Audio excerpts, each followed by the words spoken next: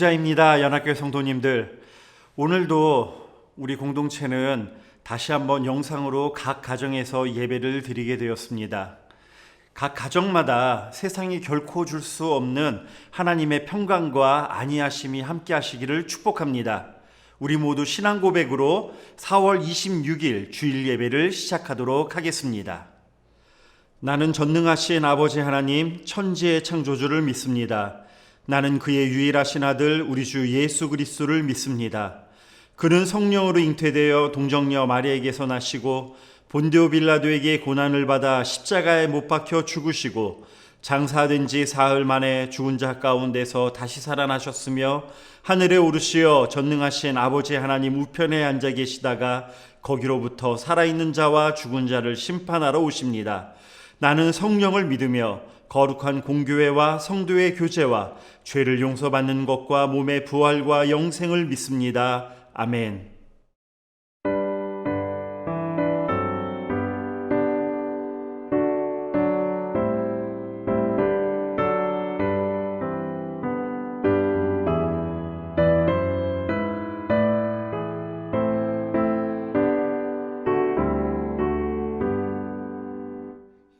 세상 끝날까지 주 섬겨 살리니 내 친구 되신 주여 늘 함께 하소서. 주 나와 함께 하면 전쟁도 겁없고 주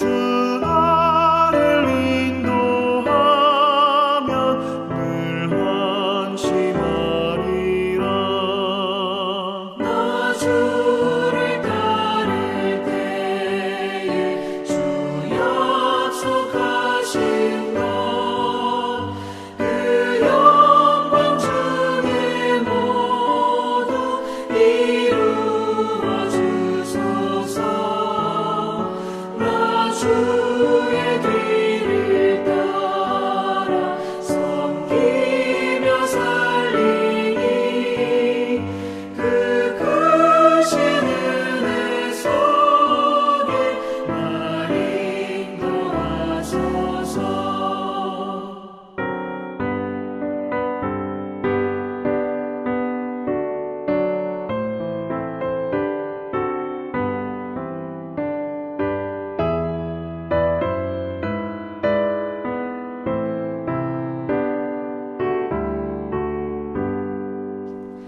이 세상 온갖 시험 내 맘을 흔들고 적악한 원수들이 압박해 있으나 주 나를 돌보시사 내 방패 되시고 내 옆에 계신 것을 늘 알게 하소서.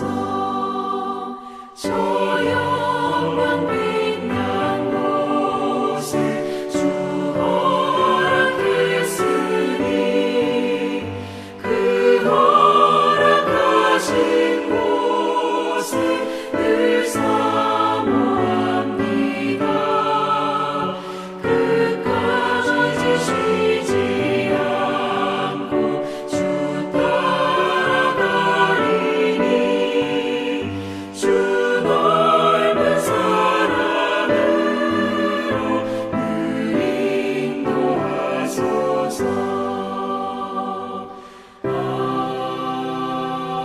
아멘.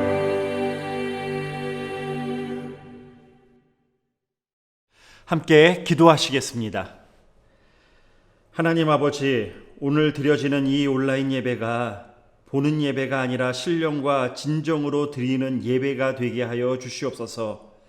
각자 삶의 자리에 흩어져 드리는 온라인 예배를 통해 나를 위해 죽으시고 부활하신 주님과의 깊은 교제가 있게 해주시고 그동안 당연한 것으로 받아들였던 일상이 주님께서 베풀어 주신 커다란 은혜였음에 감사하며 다시 회복시켜 주실 것임을 믿고 감사드립니다.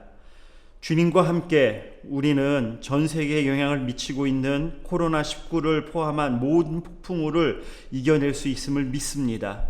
주님께서는 모든 것을 회복시키실 수 있으십니다. 그러므로 우리의 손실된, 잃게 재정, 직장, 관계, 자원, 그리고 희망을 회복시켜 주실 것을 간구합니다. 경제적으로 힘든 상황을 겪고 있는 사람들을 주님께서 꼭 끌어안아 주시고 이 시간을 통과하는 데 필요한 것을 주님을 신뢰하는 주의 자녀들에게 채워주시길 소원합니다.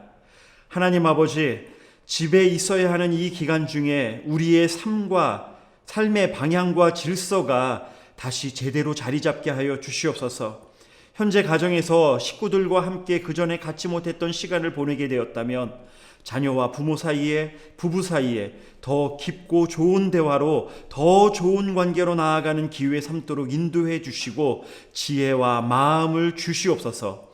무엇보다도 하나님이 주시는 음성을 그 어느 때보다 크고 선명하게 듣는, 그래서 이 시간이 그냥 소실되고 상실되는 시간이 아니라 하늘의 신령한 것을 얻는 귀한 시간 되도록 은혜 베풀어 주시옵소서.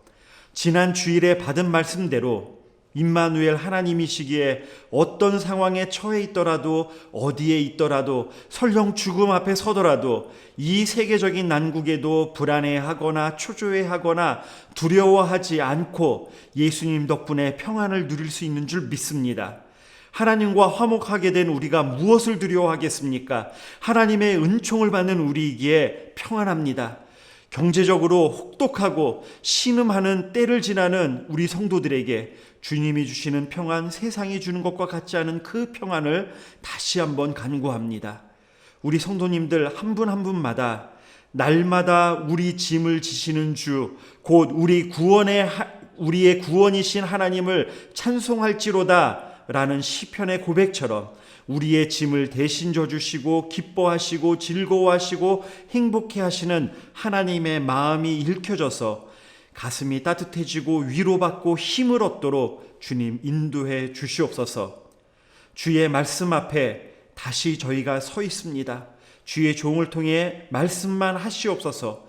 그대로 순종하겠습니다. 병으로 연약한 주의 자녀들에게 긍휼을 베풀어 주시고 질병과 싸워 이길 새 힘을 주시기를 간구합니다. 오늘도 드려지는 헌금이 주의 이름으로 잘 사용되어지고 관리되게 하실 줄 믿고 감사드리며 예수님의 이름으로 기도드렸습니다. 아멘.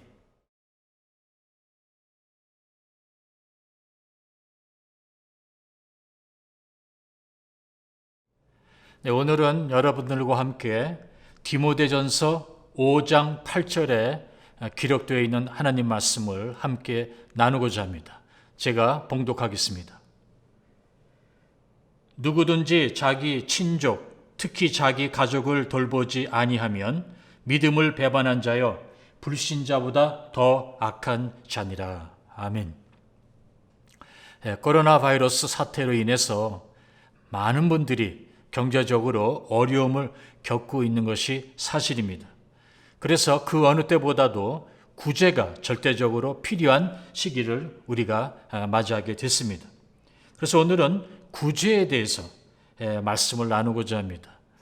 말씀을 준비하는 과정에 구제에 대한 양이 너무 많아서 설교를 1편, 2편으로 나누어서 전하고자 합니다. 구제를 우리가 이론적으로만 아는 것이 아니라 실제로 효과적으로 실천하기 위해서 구제의 대상을 두 그룹으로 한번 나누어 보았습니다. 첫 번째 그룹은 한 지교회의 교우들 가운데 경제적인 도움이 필요한 그룹입니다. 예를 들자면은 즉 연합교회 성도님들 가운데, 교우들 가운데 경제적인 도움이 필요하신 분이 계시다면은 그분을 어떻게 도와야 되는지, 누가 도와야 되는지 오늘 살펴보기로 하겠습니다. 그리고 다음 주에는 교회 멤버가 아닌, 즉 일반인으로서 역시 경제적인 도움이 필요한 사람들을 교회가 세상에 빛과 소금의 역할을 감당하기 위해서 어떻게 도와야 하는지, 그것에 대해서 다음 주에 구체적으로 또 말씀을 나누고자 합니다. 지금이야말로 우리가 서로 돌볼 때입니다. 그럼 누가 누구를 도와야 하는지, 어디서부터 시작을 해야 하는지 그 원리를 우리가 성경에서 오늘 함께 찾아보도록 하겠습니다. 그럼 먼저 우리 교회의 성도가 어려움을 당했을 때 어떻게 도와야 하는지에 대해서 본문을 다시 한번 제가 읽어보겠습니다. 누구든지 자기 친족, 특히 자기 가족을 돌보지 아니하면 믿음을 배반한 자요, 불신자보다 더 악한 자니라. 본문에 나와 있는 이 말씀은 꼭 과부뿐만 아니라 바로 경제적으로 어려움을 당하고 있는, 즉 주 안의 형제 자매를 우리가 어떻게 도와야 하는지 그 구제의 원칙, 원리를 우리에게 제시하고 있습니다. 이 원칙은 과부를 구제하는 데야만 적용되는 것이 아니라 한 지역 교회가 도움이 필요한 성도들, 교우를 어떻게 구제해야 하는지 거기에 필요한 기준을 우리에게 제공해 준다는 것입니다. 말로 하자면은 일정한 고정 수입이 없는 자, 즉 남의 도움이 절실히 필요한 자를 우리가 어떻게 도와야 하는지 그 원리를 우리 본문에서부터 발견해 보도록 하겠습니다. 내 발등에 떨어진 불부터 꺼야 한다는 강박감에 억눌려서 자신의 밥그릇 먼저 챙기다 보면은 우리가 놓치기 쉬운, 잊어버리는, 아니 못 본 척하는, 하고 싶은 사회 집단이 있습니다. 바로 생계를 유지하기도 벅찬 빈곤층입니다. 이들은 지금 쓰러져 있습니다. 그들 향해서 일어나라, 일해라, 열심히 하면 된다, 자기 하기 나름이다, 이런 조언은 별 효력이 없습니다. 왜냐하면 쓰러져 일어날 힘조차 그들은 없기 때문입니다. 열심히 하고 싶어도 당장 열심을 낼 수 있는 힘이 없는 사람들입니다. 타인의 도움이 절실히 필요한 사람들. 그렇다면 교회가 이런 사람들을 체계적으로 도와주어야 되는 거 아닌가? 구제를 위한 예산을 늘려서 이들에게 먹을 것, 마실 것, 입을 것, 거주 문제를 해결해 주어야 한다라고 외치는 분들이 있습니다. 맞습니다. 저도 동의합니다. 그런데 잠깐만 기다리십시오.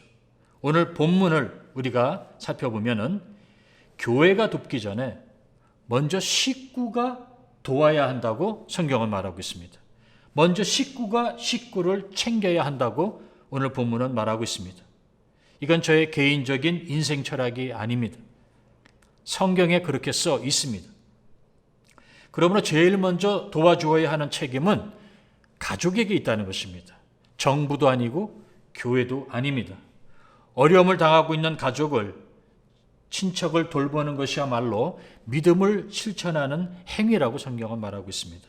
그런데도 이런저런 이유 때문에 모른 척하고 책임을 다른 사람이나 또는 기관에 전가하려는 행동은 믿음을 배반하는 행위요, 불신자보다 더 악한 행동이라고 본문은 매우 강력하게 지적하고 있습니다.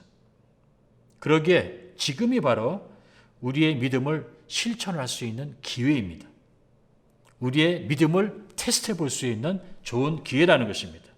갈라디아서 6장 10절에 보면은 그러므로 우리가 기회 있는 대로 모든 이에게 착한 일을 하되 더욱 믿음의 가정들에게 할지니라 라고 기록되어 있지 않습니까? 오늘 본문에 말하는 이 돌본다는 의미는 영적으로 기도로 돕는다는 의미도 있겠지만 경제적으로, 금전적으로, 물질적으로 실제적인 도움을 주는 것을 의미합니다. 즉 먹고 마시고 입고 거주하고 일할 수 있도록 돕는 것을 의미합니다.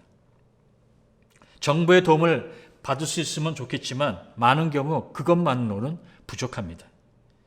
먼저 친족, 가족이 서로 돌보아야 합니다. 그 다음이 신앙 공동체인 교회라는 것입니다.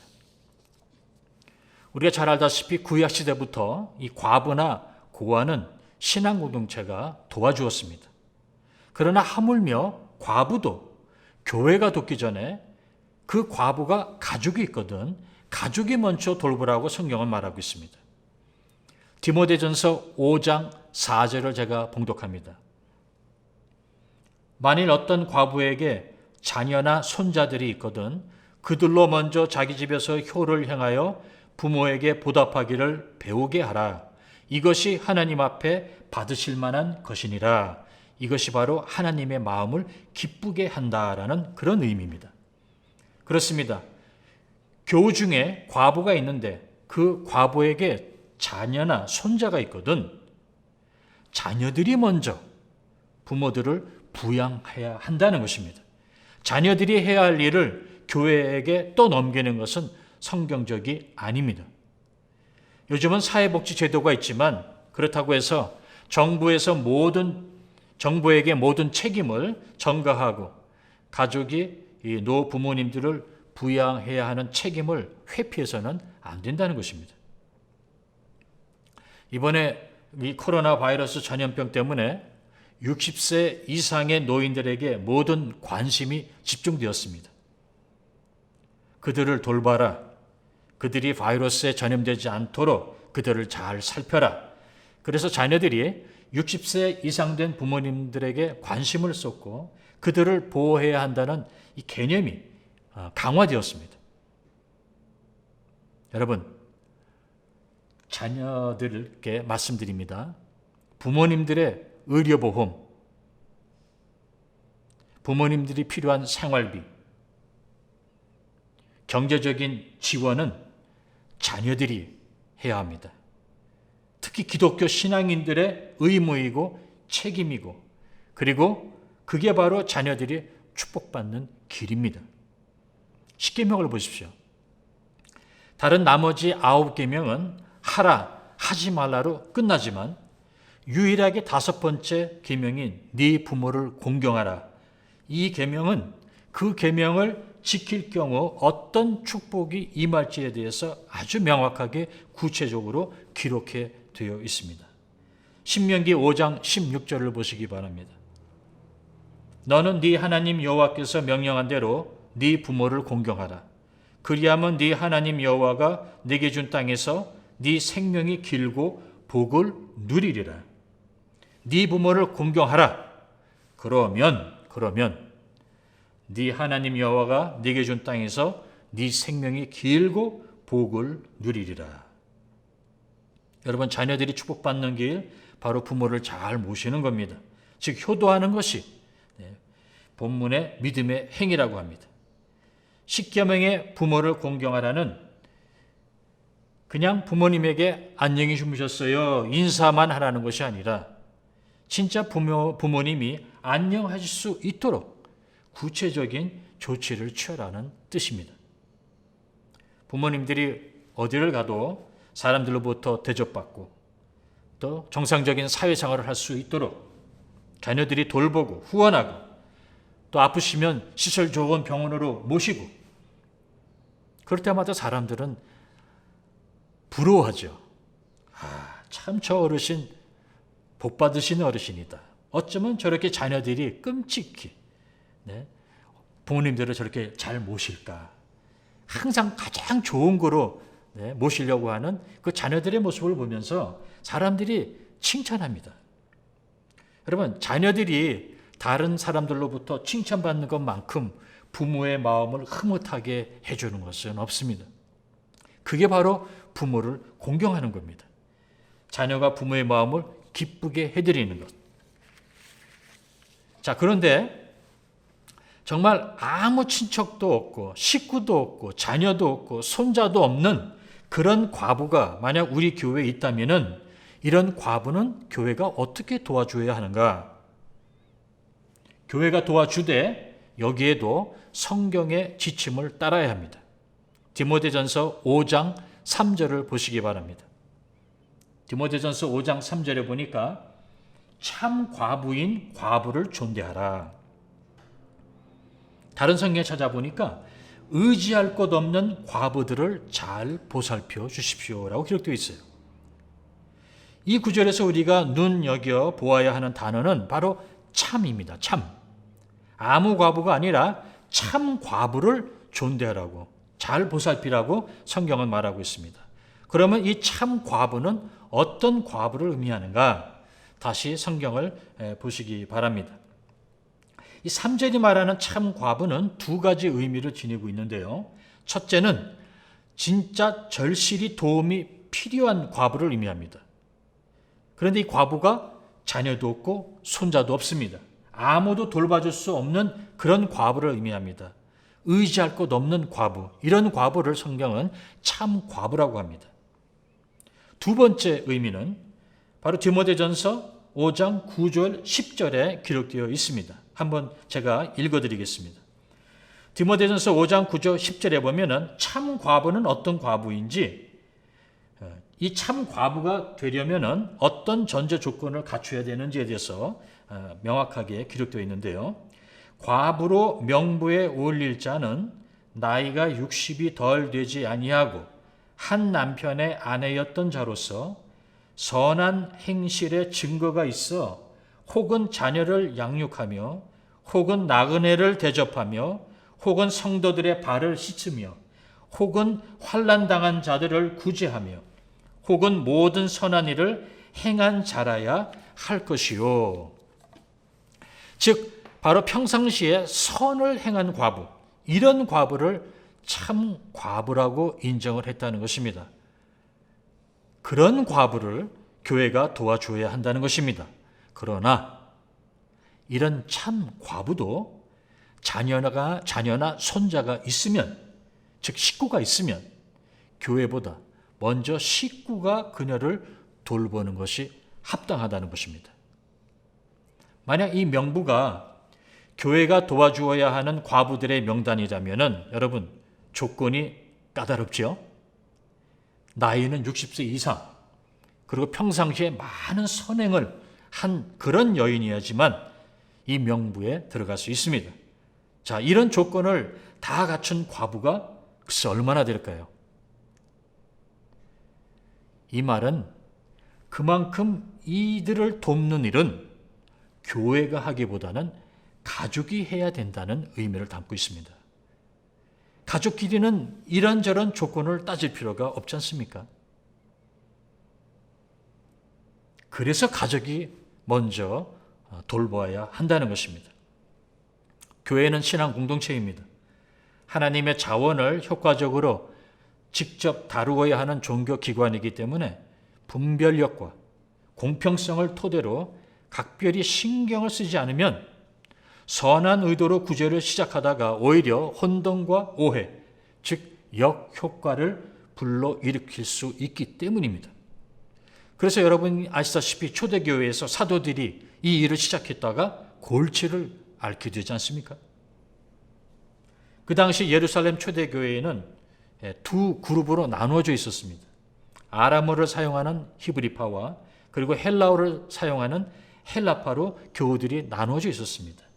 연합교회라면 바로 한국어를 사용하는 한국어 목회 교우들과 포를 사용하는 포 목회 교우들로 나눠져 있었던 것입니다.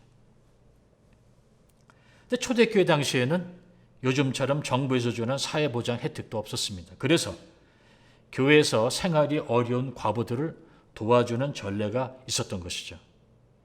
그런데 헬라파의 과부들이 구제에서 종종 제외되는 경우가, 사례가 발생했다는 것입니다. 그래서 헬라어를 사용하는 성도들이 이 일을 제기하기에 이르렀습니다. 그 이유는 사도들이 복음을 전하는 이 일에 열중하다 보니까 교회 재정도 구제 등에 대해서 꼼꼼히 챙길 수가 없었던 것이죠. 그래서 7 집사를 뽑아서 그들에게 일을 맡기지 않습니까? 자, 하나님의 자원을 지혜롭게 그리고 공평하게 효과적으로 사용하는 것은 교회가 해야 할 일입니다. 그런데 교회가 가난하고 경제적인 도움이 필요한 성도들을 분별력 있게 공평하게 구제하는 일이 그리 쉬운 일이 아닙니다. 그래서 선배 사도 바울은 후배 디모데에게 엄격하게 좀 차가운 기분이 들 정도로 냉정하게 권면하기를 교우들의 구제는 교회보다 먼저 가족이 그 일을 하게 하고 교회에게 그 짐을 씌우지 말라고 한 것입니다. 성경은 또 다른 경우 상황을 우리에게 소개합니다. 디모데전서 5장 16절입니다. 제가 또 읽어드리겠습니다. 만일 믿는 여자에게 과부 친척이 있거든 자기가 도와주고 교회가 짐지지 않게 하라. 이는 참 과부를 도와주게 하려 함이니라. 즉 우리 연합교회 나오시는 교우 가운데 친척이 있어요. 식구가 있는데 교회에 안 나옵니다. 불신자입니다. 근데 도움이 필요한 사람이에요. 그런 사람이 있을 때 누가 그 사람을 도와줘야 하는가? 성도님이 도와줘야 한다는 것입니다. 교회에게 그 짐을 넘기지 말라고 합니다.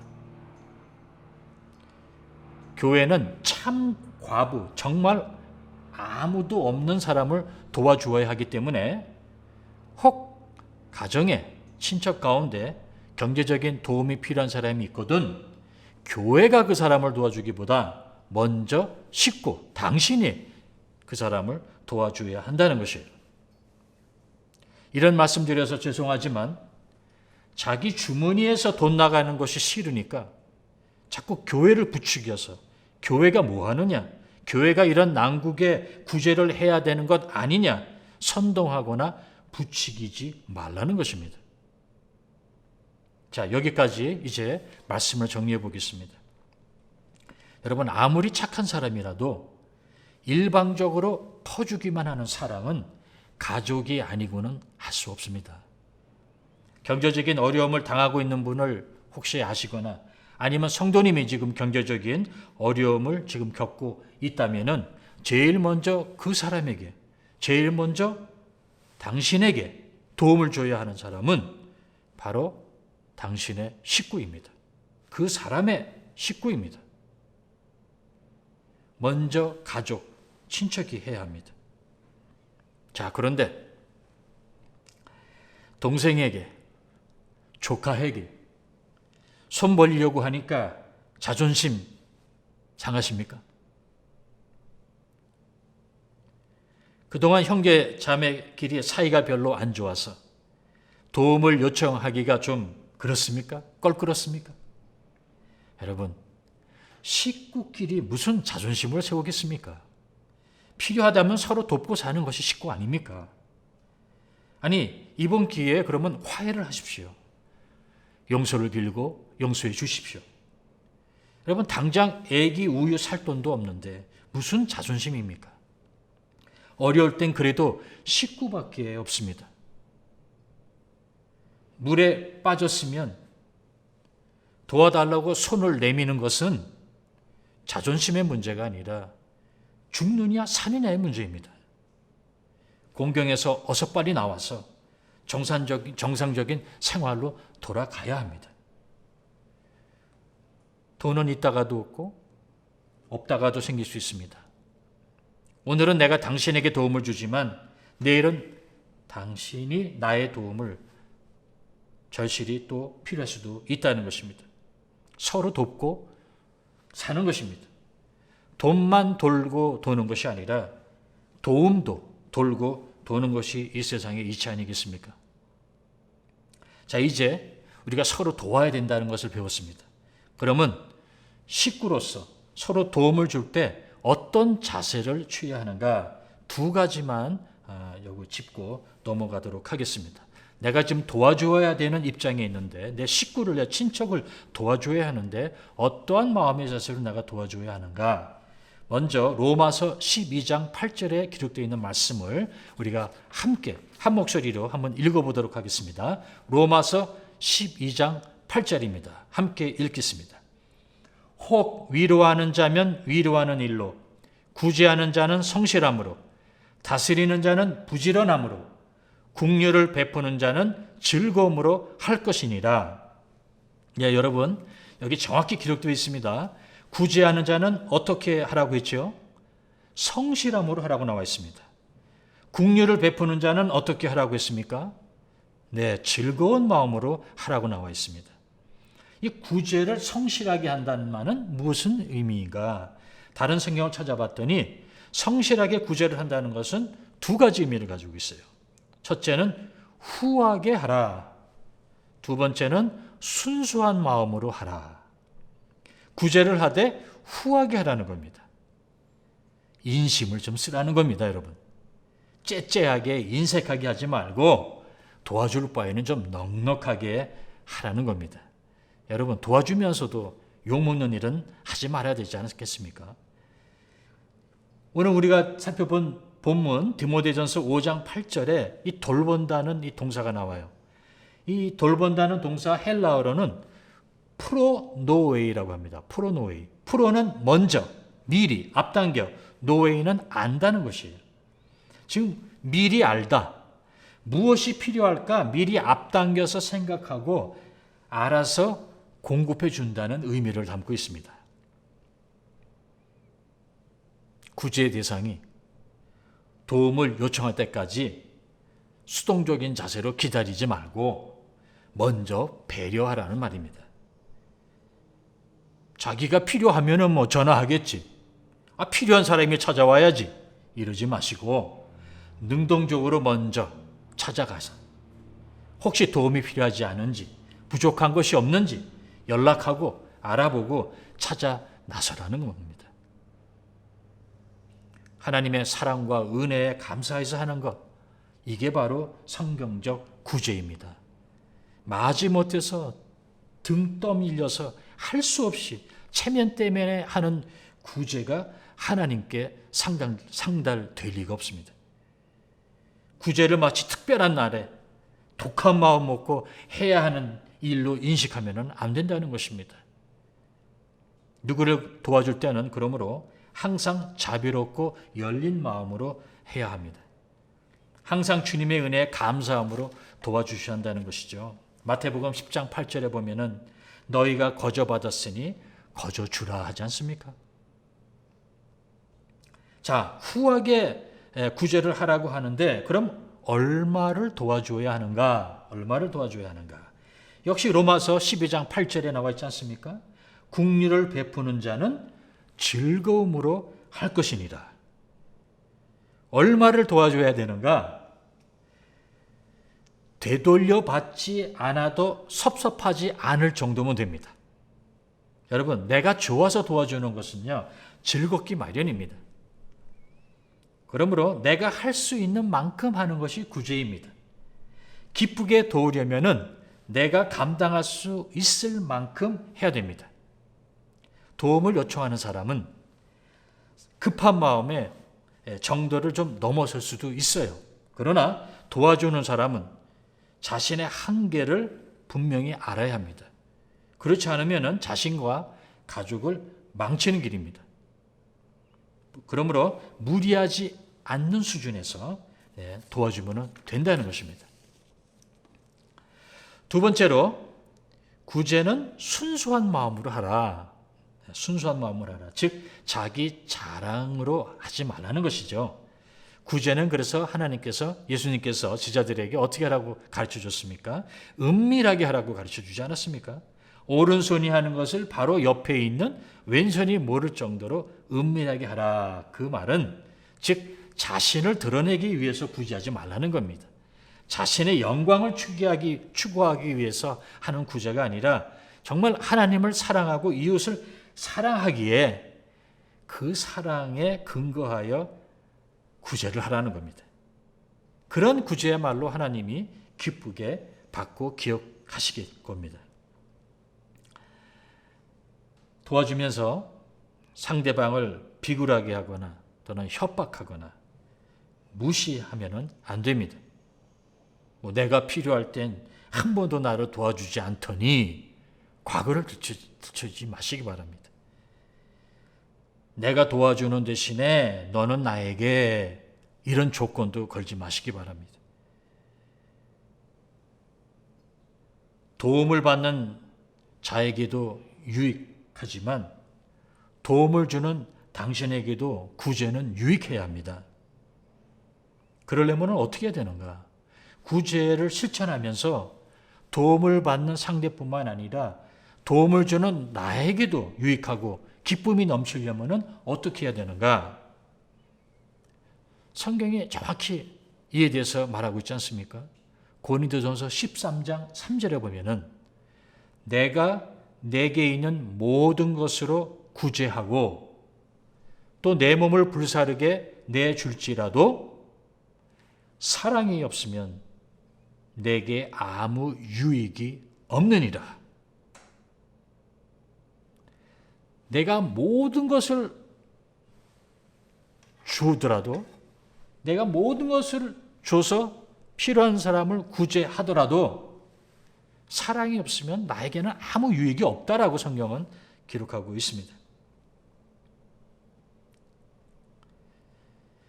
구제라는 선행은 받는 자도 기쁘고 주는 자도 기쁘고 그리고 하나님도 기뻐야 합니다. 도움을 그러므로 요청하는 자는 겸손한 마음으로 감사하는 마음으로 할 것이고 또 도움의 손길을 베푸는 자는 도움을 요청하는 자보다 더 겸손하게 더 사랑으로 구제를 실천해야 한다는 것입니다. 이게 바로 구제를 하고 선을 행한 후에 하나님께로부터 보상을 받는 방법이에요. 그러므로 도움을 잘 주고받는 좋은 방법은 바로 겸손과 감사와 사랑으로 하는 것입니다. 누구든지 물질적 보상은 기대하지 않더라도 마음의 보상은 바라기 마련입니다. 그러므로 도움을 받는 분도 그냥 속으로 참 감사하다라고만 하지 마시고 그 마음을 겉으로 표현하시기 바랍니다. 고맙습니다. 감사합니다. 자, 이제 말씀을 정리해 보도록 하겠습니다. 이번 코로나 바이러스 사태로 인해서 연합교회 성도님들 가운데 생계의 위협을 느끼시되 친척도 가족도 없는 분들, 정말 아무에게도 도움을 청하실 수 없는 그런 분들이 있으시다면 오늘 성경 말씀대로 연합교회가 책임지고 돌봐드리겠습니다. 그러니 우리 권사님들, 장로님들, 안수집사님들이 주위에 혹시 교회 도움이 필요하신 분들이 있는지 살펴봐 주시기 바랍니다. 그리고 혹시 지금 성도님께서 경제적으로 너무 어렵고 아무에게도 도움을 청할 수 없으시다면은 기탄 없이 우리 장로님들이나 우리 권사님들, 안수집사님 아니면 직접 우리 교육자들에게 연락해 주시면은 저희가 적절한 조치를 취하도록 하겠습니다. 사랑하는 연합교회 성도 여러분, 이 고난의 시간도 결국은 지나갈 겁니다. 식구가 돕고 교회가 돕고 우리끼리 서로 기쁜 마음으로 도우면서 우리는 이 난국을 또 헤쳐나갈 것입니다. 곡간의 문을 열고 필요한 사람들에게 곡식을 나누어주는 행위는 영원히 하나님이 기억하시고 갚아주실 겁니다. 특히 믿음의 가정들에게 그리할 때 그게 바로 복받는 지름길입니다.